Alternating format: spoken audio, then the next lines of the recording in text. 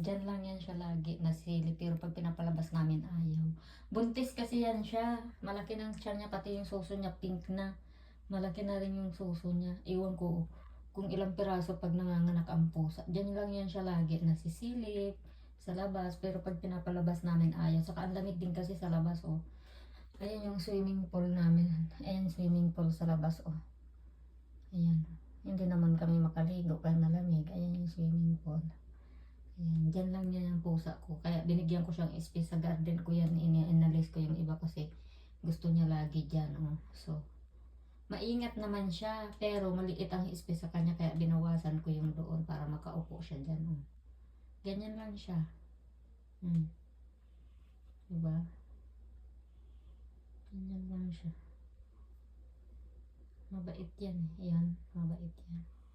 Wala na siyang higaan, nagaw na ng boyfriend niya yung higaan niya. Bibili na lang kami ulit ng bago para sa kanya. Bye guys!